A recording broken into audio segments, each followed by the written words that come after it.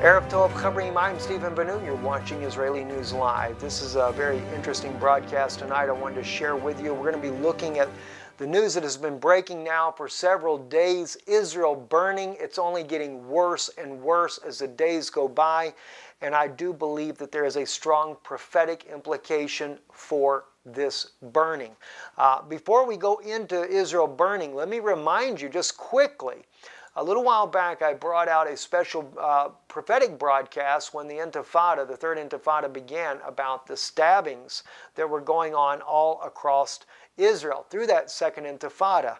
And something that the Lord had revealed to my heart there, and that was that those stabbing attacks were clearly a prophetic were prophesied by the prophet Ezekiel in chapter 35.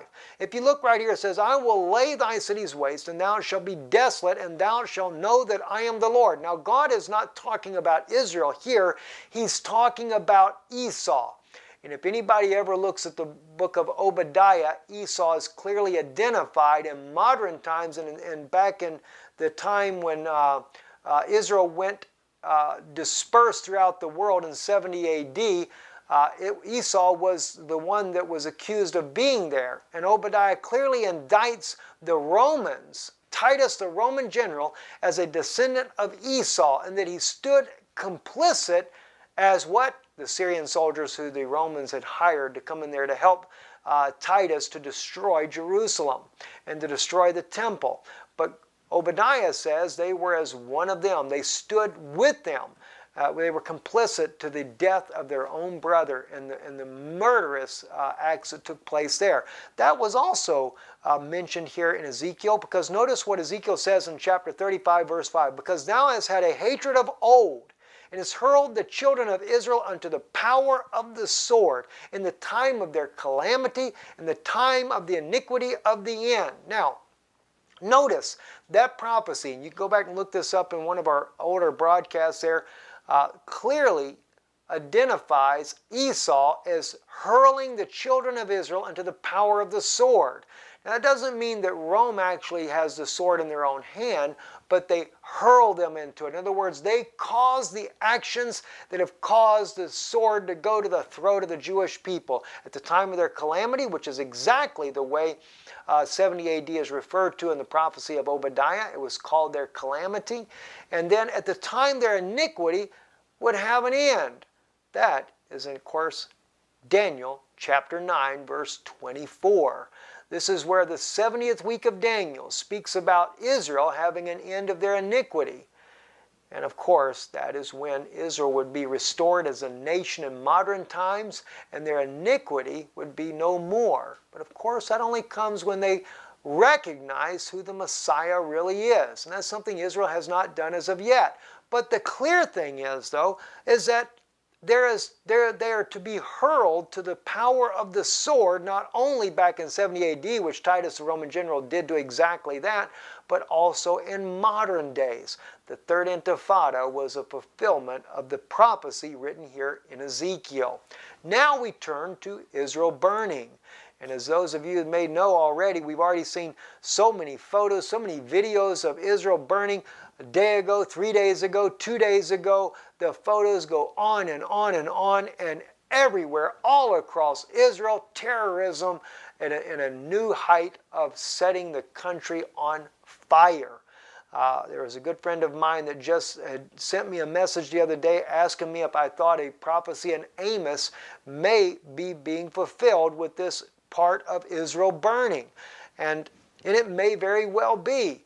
But there was one prophecy that caught my attention that might be that this Israel burning could be a warning sign to Israel.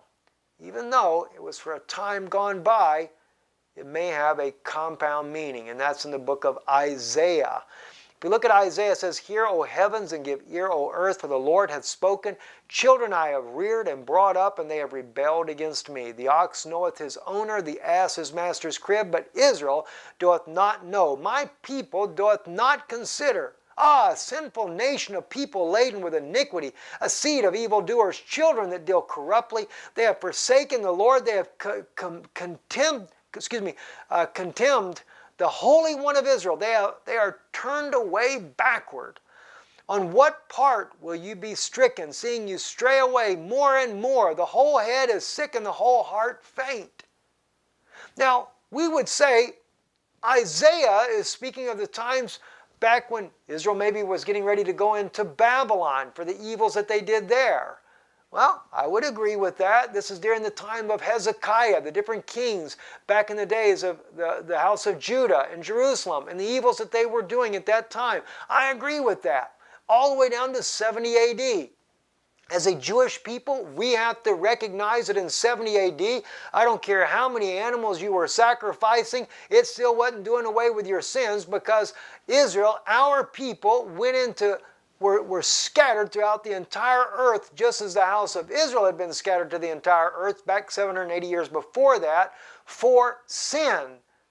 All right, so undoubtedly the bulls and goats and everything that we were offering wasn't doing what we really needed it to do. And maybe there was something that just wasn't right. Maybe it was a lack of sincerity. Maybe it was not something God really wanted. Well, let's take a look at what the Word of God says here, and then keep in mind modern days today as we look at this. From the sole of the foot even into the head, there is no soundness in it, but wounds and bruises and festering sores. They have not been pressed, neither bound up, neither mollified with oil.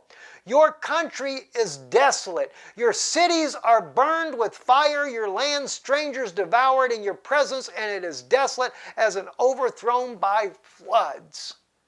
Now, friends, I'm going to tell you something. My Jewish people, I'm going to tell you something as well. Your country is desolate. Yeshua stood right there, just like David did over there, and wept over Jerusalem and said, how often I would have hovered you as a hen would her own brood, but you would not. Your house is left to you desolate until you say, blessed is he that comes in the name of the Lord. And so here it is again. Your country is desolate. Your cities are burned with fire, and they're burning our cities with fire right now. Your land, strangers devour it in your presence. And that's exactly what Israel is doing. Israel has allowed every nation in the world to come in there and dictate, you're going to divide this up, you're going to divide that up, and you're going to give this to this person, and you're going to give that to that person. Well, let me tell you who's running the show for you. That's Rome. You know why? Because you allowed Rome to come in there. You gave the Pope an official seat there at the tomb of David and made him your king. The same mistake Israel made under Jezebel and Ahab when Ahab took and married Jezebel and brought idolatry into Israel. Well, you've done it again. You brought idolatry into Israel. And as a result, Louis Jean Taron, the Vatican's own spokesman on Israel there, says to Israel, back in 2014, 2013, something like that, there will be no peace in Jerusalem until all the holy sites are given sovereignty over to Rome. Now, that's not quoting exactly, a little bit of a paraphrase there, but Giulio Miotti wrote that story. You can check it out on Israel National News and just look up Giulio Miotti and Cardinal Louis Jean Taron to find out about this. All right, so this is what's happening. Everybody is getting a say in Israel's land except Israel, except the people of Israel. All right? And notice, he says, your cities are burned with fire, and your land strangers devoured in your own presence. And that's exactly what's happening. See, and it is desolate as overthrown by floods, and the daughter of Zion is left as a booth in a vineyard, as a lodge in a garden of cucumbers, as a besieged city. Except the Lord of hosts had left unto us a very small remnant, we should have been as Sodom, we should have been likened unto Gomorrah. Now, according to this, Sodom and Gomorrah is already burnt, but watch what he says next. Hear the word of the Lord, ye rulers of Sodom. Give ear unto the law of our God, ye people of Gomorrah. To what purpose is the multitude of your sacrifices unto me, saith the Lord? I am full of the burnt offerings of rams and fat of fed beasts, and I delight not in the blood of bullocks or lambs or of the goats. And yet Israel wants to build a third temple and begin all the sacrificial system all over again. And God tells you right here, He's had enough of it. So why do you want to do it? When you come to me, appear before me, who hath required this at your hand to trample my courts? By the way, that trampling is hooves of animals. Bring no more vain oblation. It is an offering of an abomination unto me. New moon and Sabbath, the holding of convocations. I cannot endure iniquity along with the solemn assembly. Your new moons and your appointed seasons my soul hateth. They are a burden unto me. I am weary to bear them. And when you spread forth your hands, I will hide mine eyes from you. Yea, when you make many prayers, I will not hear. Your hands are full of blood. All right, so there is still a remnant there. And we do have the prophecy that when we return back, according to Micah, we return to the homeland. We would dwell on Mount Zion even forevermore. But let me show you something. But notice that though. I don't want you to miss this one part there. The land is burning. Right? We're seeing this prophecy right here. Your cities are burned with fire. Your land, strangers devoured in your presence. Is that not repeating today? I mean, to me it is. But he does say that there is a remnant. And the daughter of Zion has left a booth in a vineyard. There's a little bitty remnant there. We're giving away the whole land of Israel is just being given away. You're going to give it to the United Nations. You're going to give Jerusalem over to them. They're going to take it. And guess what? You know who's going to come there and rule from there? The Pope of Rome's going to come and rule from there. But he's not going to be doing it alone. He's got a host coming with him. And I guarantee you one thing. The message I have for you tomorrow is going to curl the hair on the back of your head when you hear what's about to happen. And it's laying all through our Bible. Paul spoke so much of it, and nobody pays no attention to Paul. You should pay attention to what he said. He had some very powerful things to say.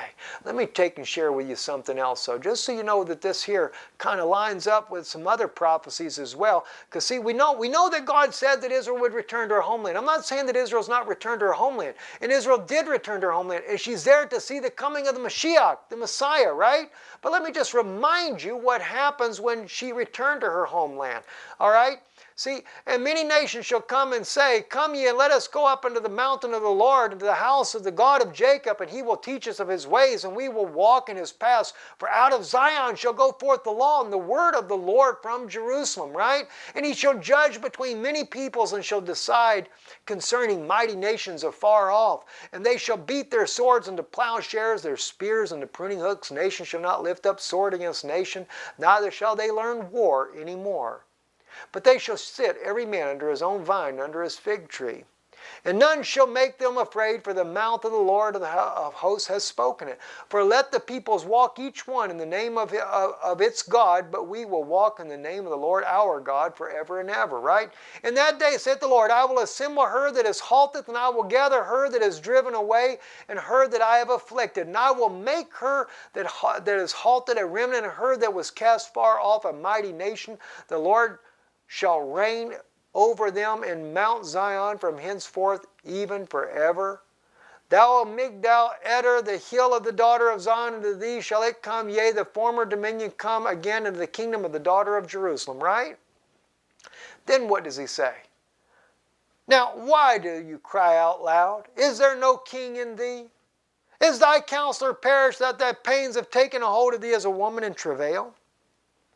Be in pain and labor to bring forth, O daughter of Zion, like a woman in travail. For now shalt thou go forth out of the city, and shalt dwell in the field, and shalt come even unto Babylon. There shalt thou be rescued. There shall the Lord redeem thee from the hand of thine enemies. Who's their enemy? Babylon.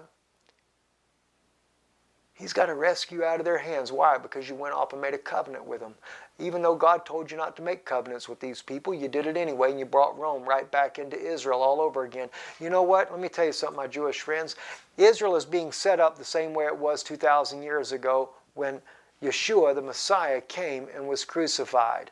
And see, Rome was in control. We had a Roman governor there. We had a prefect there. We had Herod, who was, the Roman king there that put to death all the children. Remember all that? Well, guess what? You're bringing in the Romans again.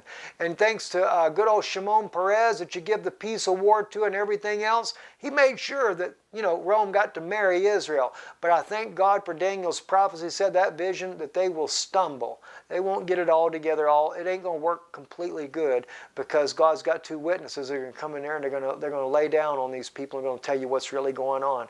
And then you'll know for sure what's happening. So there still is a remnant, but unfortunately that remnant has got to go through some serious travails here according to this here. God says, she cries out like a woman in travail. Now, many nations are assembled against thee. They say, let her be defiled and let our eye gaze upon Zion. But they know not the thoughts of the Lord, neither understand they his counsel. For he hath gathered them as the sheaves to the threshing floor. Arise and thresh, O daughter of Zion, for I will make thy horn iron and I will make thy hooves brass.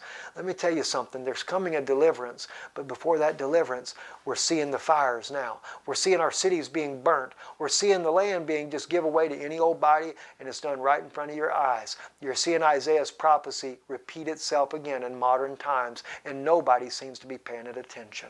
I'm Stephen Ben-Nun. You're watching Israeli News Live. Erev Tov.